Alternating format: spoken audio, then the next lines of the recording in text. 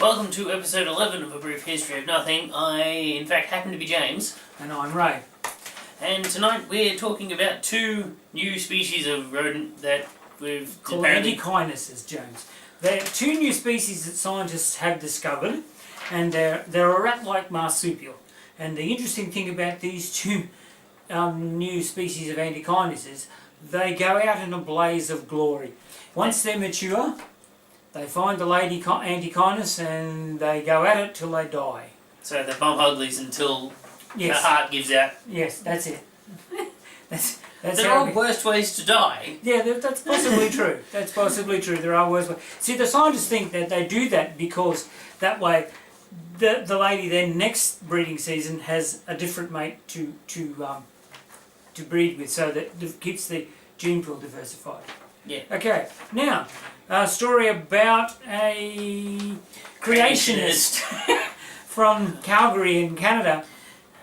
He was digging out this basement for a new development and discovered these 60 million year old fish fossils. Now, there wasn't a great deal happening at the time because basically the dinosaurs had been wiped out at the end of the Cretaceous period. Yes. And so things were slowly beginning to recover. Yes. And so there's not a lot of fossil evidence there. So actual proper, actually accept the facts paleontologists are very excited about this. But this guy, and we did have his name in Alberta. This guy in Alberta in Canada, who's on the board of the Big Valley Creationist Museum. Yes. So this gives him a little bit of a problem. How to reconcile fossils with creationism? Well, he is actually a fossil collector, this guy. But but the timeline of the fossils won't agree with his creationist theory. But he goes, oh well, this is how anti-sciencey people work. Is that they have the evidence, oh well, you're just interpreting that way, I interpret it a different way. Oh. They don't, that's how anti-sciencey people like creationists, anti-vaxxers, that's how their mind works. Oh, okay, so it's a case of his ground, whoop, there goes my head. Yeah, pretty much. Yeah. Okay, alright. That's how things work. Now, another thing, there was a video about 9 months ago, and I wanted to talk about this for a while, because it's not an issue that's going to happen to us right now, but it's slowly creeping in. And it was highlighted in a video by a YouTuber called CGP Grey. Highly recommend him. Very, very, very interesting man. And he made about 9 months ago a video called "Humans Need Not Apply." It is about robots and automation basically taking over jobs that humans can do.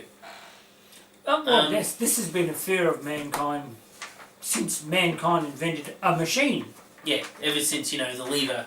And excuse me a moment, but he reckons that this time it is different because, in a lot of cases machines have made jobs easier. I mean, you have had less employees per... Yes. But they've made jobs generally easier and people have been able to specialise. In this particular instance, the people that have been able to specialise have had their jobs taken away from them this time around. People that are in highly skilled jobs, computers, and they're like doctors, lawyers. Yeah. Computers can take a lot of their work away. Yeah, but pilots, I mean, let's face it, they're supervisors now. They don't actually fly the plane. The computer flies the plane. They just monitor the computer. Mm. So, look, yeah, okay, this is an eternal argument. I mean, the French workers were rebelling and throwing their shoes into the looms, and the shoes were called sabots, and that's why you have saboteurs. Sabotage. Yes, that's it's every time we invent a machine that does something that a human used to do, oh, the machines are taking over. Okay, it's like, okay, we'll take an example. Cars came in, horses became redundant. That's what he used. Yes. Did we go and kill off the horses? No, but we don't need horses the same way as we do now. No, that's right. But horses now, people use them for recreation. Yeah.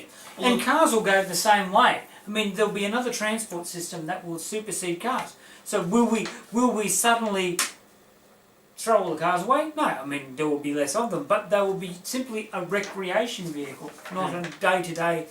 Because driverless cars are now. I mean, you think about it. Well, no, I tend to agree with him a little bit. I don't agree with, because he's like, oh, we're going to have this horrible unemployment and all the rest of it. No. You know, if no one can afford to buy this thing that you make, then there's no point. That's exactly right. That the jobs will change. Okay, go back 60 years. We'll go back 70. The end of World War II, 1945, 70 years ago. How many IT experts were there in the world? Not a lot, because computers were large. They took up buildings. And before that, you had basically difference engines that were mechanical things. Yeah, but there was just no. I mean, you couldn't go and do a degree in IT. No, you can't. You can do that now. Yes, but you couldn't then. So it will evolve. Yeah. Okay. Well, we'll have to discuss that further, because there is some evidence there that maybe it's a little bit different this time. But again, I sort of half agree with you and half agree with CGP Grey. I will link his video in the description though. Yeah. Next subject, you want to talk about a company called the New York Blood Center, and a fairly despicable little thing.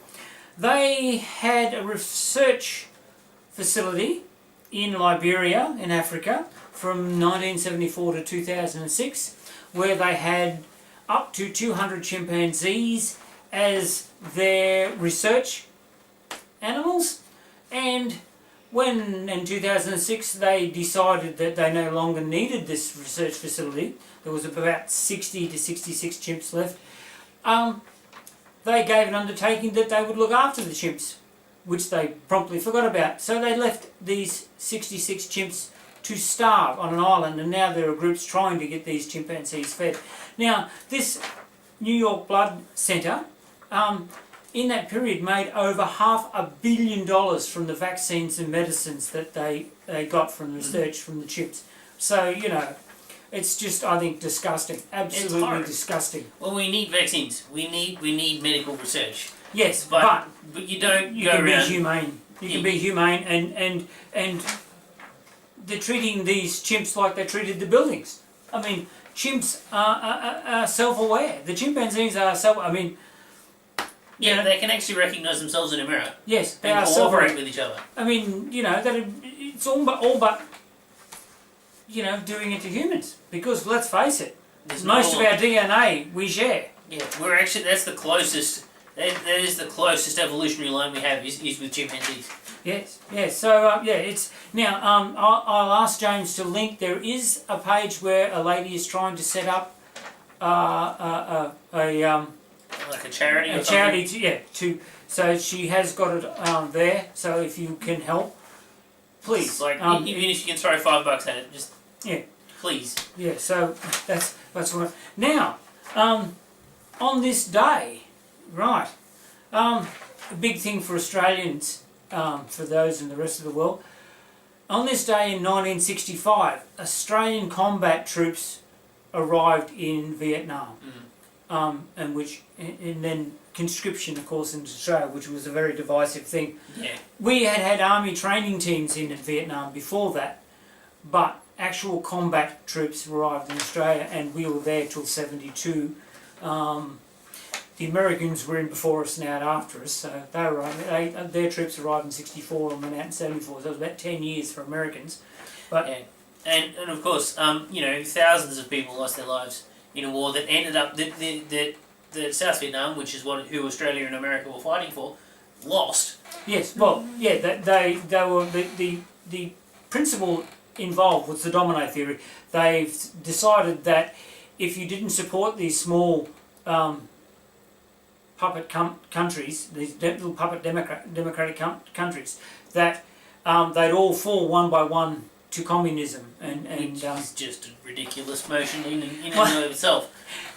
They'd only fall if the conditions are right, which meant that people thought they could do better with communism than they could with democracy. But as you know, that's the way the paranoia happened to fall that period of time. Well, it was in the middle of the Cold War. That's right. And also on this day in 1935, Babe Ruth finally retired. Legendary American baseballer. And it's the Marquis de Sade's birthday today. They've got him down as a French philosopher. No, he was a French weirdo. The words sadism and sadist are derived from his name. He was into sadistic sex and writing about it. That's his main claim to fame. And pedophilia was also one of his main claims to fame. So yes. So he was a very upstanding citizen. Oh yes, you're a very upstanding citizen. That I want nothing to do with. Yes. And yesterday was Marilyn Monroe's birthday and Morgan Freeman's birthday. So. Yes. Oh, and we had a winner for our bad joke competition. Which had I think the only entrant. it is truly groan-worthy. Oh yes. What do you call a line of rabbits going backwards? What do you call a line of rabbits going backwards? A receding hairline.